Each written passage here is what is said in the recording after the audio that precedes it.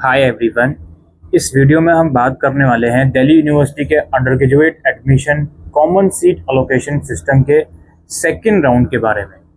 अब सबसे पहले यहाँ पर एक चीज़ क्लियर कर दें, सेकंड राउंड के लिए वो सभी बच्चे एलिजिबल हैं जिनका फर्स्ट राउंड में नाम नहीं आया, और सेकंड राउंड में वो बच्चे भी एलिजिबल हैं जिनका फर्स्ट राउंड में नाम आया था और उन्होंने फीस पेमेंट के बाद अपनी सीट को अपग्रेड करा है।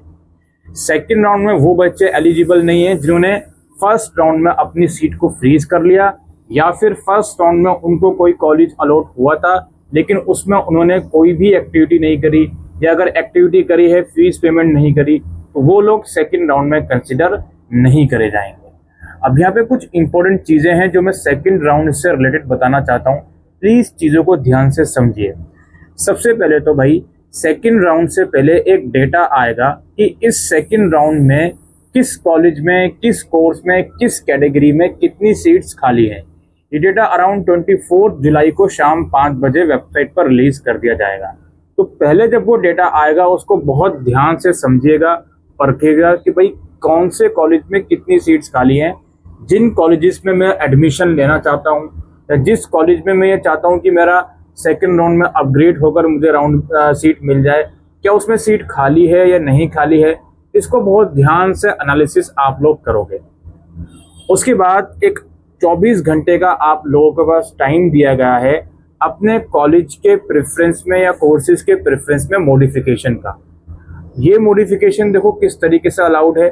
जिनको फर्स्ट राउंड में कोई भी कोर्स या कॉलेज अलॉट नहीं हुआ, वो सेकंड राउंड में जितनी भी सीट्स उन्होंने प्रेफरेंस के दिए हुए हैं सभी के अंदर मॉडिफिकेशन कर सकते हैं, शफलिंग कर सकते हैं। और जिसको फर्स्ट राउंड में अगर कोई सीट अलॉट हुई है वो सेकंड राउंड में अपग्रेड के लिए जा रहा है, तो भाई फर्स्ट राउंड में जिस प्रेफरेंस का कॉलेज उन्हें अलॉट हुआ है उससे ऊपर के जो प्रेफरेंस हैं, जैसे अगर 14th प्रेफरेंस फर्स्ट राउंड में अलॉट हुआ है तो 1 से लेकर 13 तक जो प्रेफरेंस आपने दिए हैं उसमें आप मॉडिफिकेशन कर सकते हो। ये मॉडिफिकेशन करना मैंडेटरी नहीं है, इट्स अप टू यू कि आपको करना है या नहीं करना। अब इसके अंदर ही सारा खेल है, बहुत इंपॉर्टेंट है, ये आपको समझना है। देखिए हर एक चीज़ डिटेल में नहीं बताई जाती, लेकिन देखिए आप जब वैकेंट सीट्स की लिस्ट आएगी उसका अंदाज़ा लगाइए आप लोग। इसके साथ साथ जो फर्स्ट राउंड का minimum allocation, minimum cut off जो आया हुआ है कि कितनी मिनिमम कट ऑफ तक हमने फर्स्ट राउंड में बच्चों को किस कॉलेज किस कोर्स में सीट अलॉट करी है, उन सारी चीज़ों को ध्यान में रखते हुए आप ये डिसाइड कीजिए कि आपको प्रेफरेंस में मॉडिफिकेशन करना है या नहीं। जैसे मिसाल के तौर पर फर्स्ट राउंड में आप लोगों को किसी बच्चे को 10वें नंबर का कॉलेज मिला। अब सेकंड राउंड में उसको 1 से लेकर 9 तक का प्रेफरेंस मिल सकता है अगर सीट अपग्रेड होती है तो उसे ये देखना है कि जो 1 से लेकर 9 तक के प्रेफरेंस जो मैंने भरे हैं उस प्रेफरेंस के अंदर किस कॉलेज और कौन से प्रेफरेंस में सीट्स कितनी खाली है मेरी कैटेगरी में। और फिर ये भी उसको दूसरा पहलू देखना है कि भाई कट ऑफ कितनी गई थी, उस अगर सीट्स खाली है तो कट ऑफ कितनी लोवेस्ट थी मेरे स्कोर के कंपैरिजन में। तो जो भी नियर बाय कॉलेज और कोर्स बैठ रहा है प्रेफरेंस में उसको ऊपर कर दो जी, ठीक है। ये मेरा सजेशन है, आप लोग मानिए या नहीं मानिए, ये मुझे ऐसी चीज़ें लगती हैं जो मैं आपको बता रहा हूँ। यानी कि आप ज़रूरी नहीं है भाई, देखो ऐसा क्या होता है भाई 10वें नंबर का प्रेफरेंस मिला, आप इस बात पे अड़े हुए हो नहीं जी मुझे तो पहला प्रेफरेंस ही चाहिए। अब पहले प्रेफरेंस में कट ऑफ ज़्यादा हो, आपके मार्क्स कम हो, या फिर हो सकता है चलो कट ऑफ ज़्यादा ना हो लेकिन सीट्स ही नहीं हो उसमें, तो भाई सेकंड राउंड में उस कॉलेज को पहले नंबर पर रखने का मतलब क्या है जी, कोई मतलब नहीं है।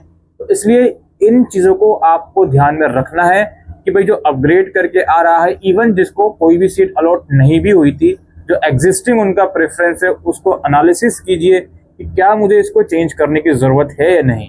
और उस एनालिसिस के लिए आपको देखना पड़ेगा कि फर्स्ट राउंड में मिनिमम कट ऑफ कितनी गई थी और सेकंड राउंड से पहले कितनी सीट्स पर्टिकुलर कॉलेज में खाली हैं जहां पर मैंने शुरुआती प्रेफरेंस रखे हुए हैं, क्या शुरुआती प्रेफरेंस वालों में सीट्स खाली हैं भी या नहीं भी हैं। इन चीज़ों को ध्यान में रखना है। तो थोड़ा सा आप लोगों को अपना दिल भी यहाँ पे छोटा करना पड़ेगा कि भाई पहला प्रेफरेंस ही चाहिए, ऐसा होता नहीं है जी। तो आपको और वाइड चीज़ें देखनी पड़ेंगी कि भाई कौन कौन से कॉलेजेस हैं जहाँ पर मैं अपना सेकंड थर्ड प्रेफरेंस रख सकता हूँ। तो हो सकता है वो सेकंड थर्ड प्रेफरेंस को आप फर्स्ट पे रख दो और आपका एडमिशन हो जाए।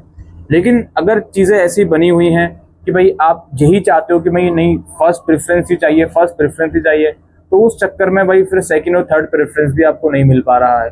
तो ये थोड़ा सा स्मार्ट चॉइस लेते हुए आप डिसाइड कीजिए कि आपको जो अब कॉलेज के प्रेफरेंस में मॉडिफिकेशन का टाइम फ्रेम है इसे यूटिलाइज करना है या नहीं। अब इसे आप लोग कर लीजिएगा अगर आप चाहते हो तो, ये मेरा सजेशन है, बाकी आप मानिए या ना मानिए।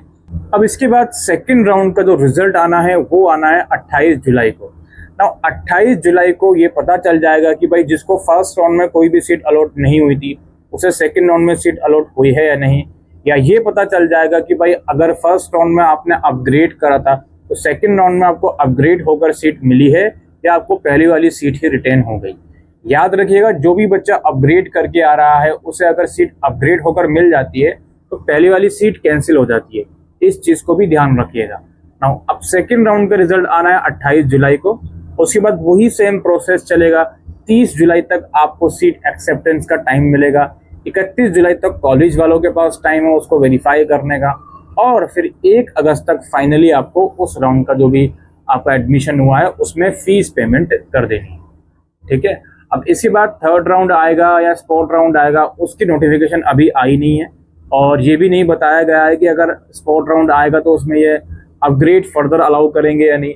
थर्ड राउंड अगर आता तो जाहिर सी बात है अपग्रेड अलाउ करते ही हैं, और बाकी देखने वाली बात है क्या सारा शेड्यूल रहेगा। एक्चुअली अभी 2 ही राउंड का शेड्यूल निकाला है और अचंभे वाली बात यह है भाई पहले राउंड में 90,000 से ज़्यादा अलॉटमेंट दिए हैं, सीट अराउंड 70,000 है और 90,000 से ज़्यादा अलॉटमेंट, तो ये भी काफ़ी अचंभे वाली बात है भाई इतनी ज़्यादा सीट्स आप किस तरीके से दे पाते हो।